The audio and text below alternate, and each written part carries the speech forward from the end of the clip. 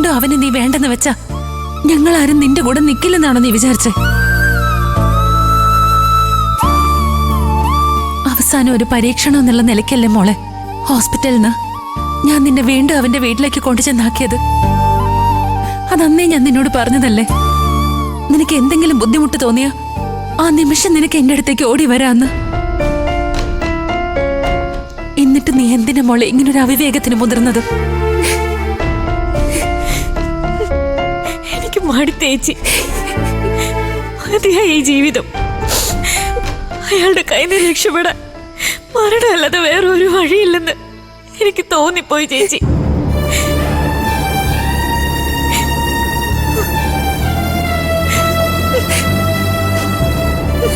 സത്യ, ഞാൻ അച്ഛനൊന്ന് വിളിച്ച് പറയട്ടെ. അദ്ദേഹം അവിടെ ചീരുവിന്റെ വിവരമൊന്നും അറിയാതെ ടെൻഷനിലായിരിക്കും. ശരിയാ, ഏട്ടൻ പെട്ടെന്ന് മാഷിനെ വിളിച്ച് കാര്യം പറ.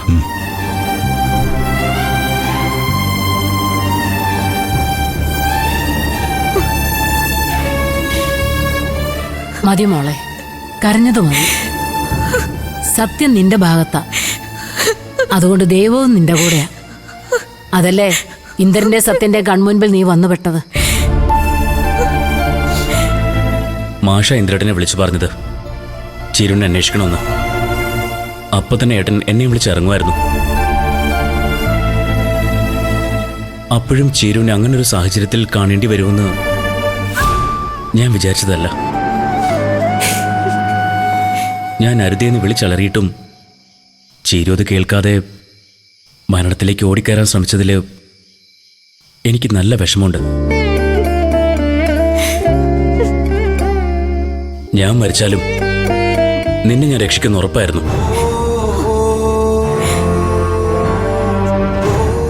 സോറി സത്യേട്ട, സോറി.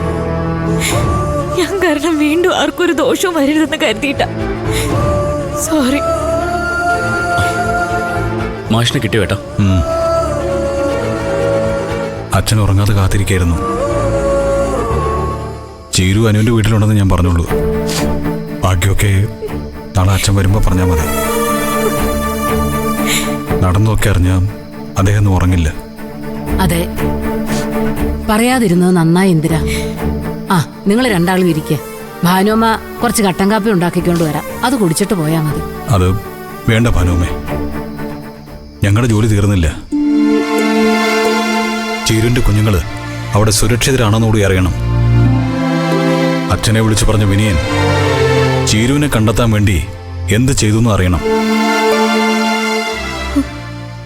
ആ ഭാനുമ്മ, ചീരുവിന് എന്തെങ്കിലും കുടിക്കാൻ ഉണ്ടാക്കിക്കോട്. ഞങ്ങൾ ഇറങ്ങുവാ.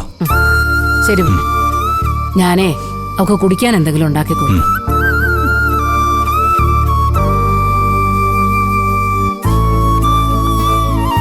പോവാം.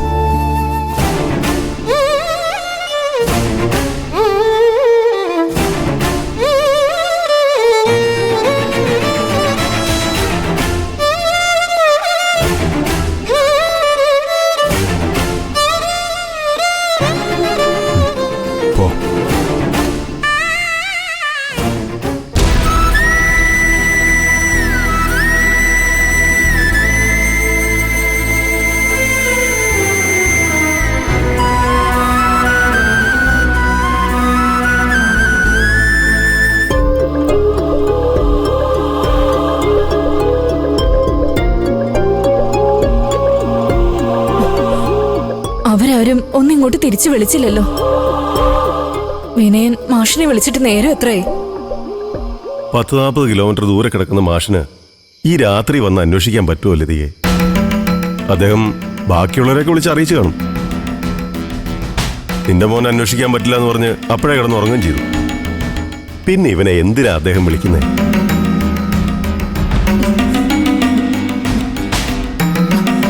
ഇവൻ പൊയ്ക്കോളാൻ പറഞ്ഞപ്പോ ഏട്ടന് കൂടി ഇറങ്ങി പോയിരുന്നെങ്കിൽ എന്റെ അവസ്ഥ എന്താവുമായിരുന്നൊന്ന് ആലോചിച്ച് നോക്ക്. കിടക്കുന്ന കിടപ്പുണ്ടില്ലേ? ഇപ്പൊ തന്നെ ചീരുന്റെ വിവരങ്ങളൊന്നും അറിയാതെ ഒരുക്കി തീരുവോ ഞാൻ.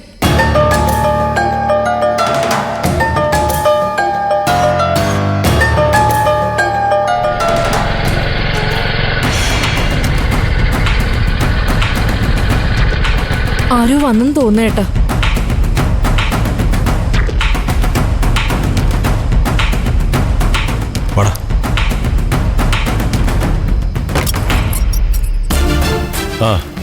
നിങ്ങളായിരുന്നു. അകത്തേക്ക് വാ ഇന്ദ്ര. അല്ല, വിനയലില്ലേ ഇവിടെ? ചീരുവിനെ കാണാനില്ല എന്ന് അനന്തമാഷ് വിളിച്ചു പറഞ്ഞിട്ടാണ് ഞങ്ങൾ വന്നത്. വിനയൻ അവളെ അന്വേഷിച്ചു പോയിരിക്കുകയാണോ? അല്ല, അവനോട് കുടിച്ച് ബോധം കെട്ട് കിടക്കുക.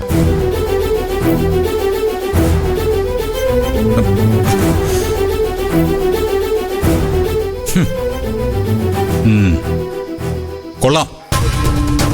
ഭാര്യയെ കാണുന്നില്ലെന്ന് കിലോമീറ്ററുകൾക്ക് അപ്പുറമുള്ള അച്ഛനെ വിളിച്ചു പറഞ്ഞിട്ട് ഭർത്താവ് വീട്ടിൽ കിടന്ന് സുഖമായിട്ട് ഉറങ്ങുക. ചീരു പോയി ചാവട്ടെന്ന് നിങ്ങൾ തീരുമാനിച്ചോ? ഞങ്ങൾ എന്ത് ചെയ്യാനാ ഇന്ദ്ര? ഈ രാത്രിയിൽ ഞങ്ങൾ എവിടെ പോയി തിരക്കാനാ? അതിന് ഉത്തരവാദിത്തപ്പെട്ടവൻ കിടക്കുന്ന കണ്ടില്ലേ നീ?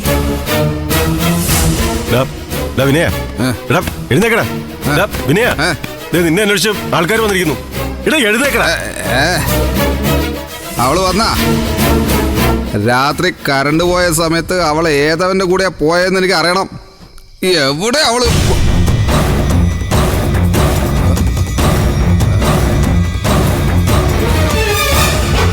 ആ സത്യനാ? എടാ, ഇത്രയും കാലം കഴിഞ്ഞിട്ടും അവള് നിന്നെ മറന്നില്ല അല്ലേ? എടാ, നിന്റെ ഭാര്യ സമ്മതിക്കാത്തതുകൊണ്ട് തിരിച്ചേൽപ്പിക്കാൻ വേണ്ടി വന്നതായിരിക്കും അല്ലേ? നീ ഒരു മനുഷ്യനാണോടാ? ഒരു പെണ്ണിനെ ചാവാൻ വിട്ടിട്ട് വീണ്ടും അവൾക്കെതിരെ അപവാദം പറയാൻ നിനക്ക് നാണമില്ലടാ. വിട്ടേക്കടാ, വിട്. ഇവനെയൊക്കെ തൊട്ടാ നിന്റെ കൈ നാറും. ആ എടാ, അതിൽ ഞാൻ നിന്നെ മോശമായിട്ടൊന്നും പറഞ്ഞില്ലല്ലോ സത്യ. അതിന് നീ എന്തിനാ ഇങ്ങനെ റേസ് ആവുന്നത്? നീ ഒരു മാന്യനായതുകൊണ്ടല്ലേ നീ അവളെ രാത്രിക്ക് തന്നെ തിരിച്ചെത്തിക്കാൻ വേണ്ടി വന്നത്? എടാ, ആരെ തിരിച്ചു കൊണ്ടുവന്നാണ് നീ പറയുന്നേ? ചീരുവിന്റെ അച്ഛൻ വിളിച്ചു പറഞ്ഞ അനുസരിച്ച് അവൾക്ക് എന്ത് സംഭവിച്ചെന്ന് അന്വേഷിക്കാനാണ് ഞങ്ങൾ വന്നത്. അവൾക്കെന്ത് സംഭവിക്കുക? അവൾക്ക് ഇവിടെ വെച്ചൊന്നും സംഭവിച്ചില്ല ഇന്ദ്ര. അവളുടെ അഹങ്കാരം കൊണ്ട് അവൾ ഇറങ്ങിപ്പോയതാ. അവളുടെ അച്ഛനെ വിളിച്ച് ഞാൻ ഈ കാര്യമൊക്കെ വിശദമായി പറഞ്ഞാണല്ലോ അല്ലേ മാമ? എനിക്ക് തല പൊങ്ങാഞ്ഞിട്ടാ. അല്ലെങ്കിൽ ഭാര്യ മിസ്സിംഗ് ആണെന്നും പറഞ്ഞ് ഞാൻ പോലീസ് സ്റ്റേഷനിൽ പരാതി കൊടുത്തേനെ. ആ ഏതായാലും നാളെ ആവട്ടെ.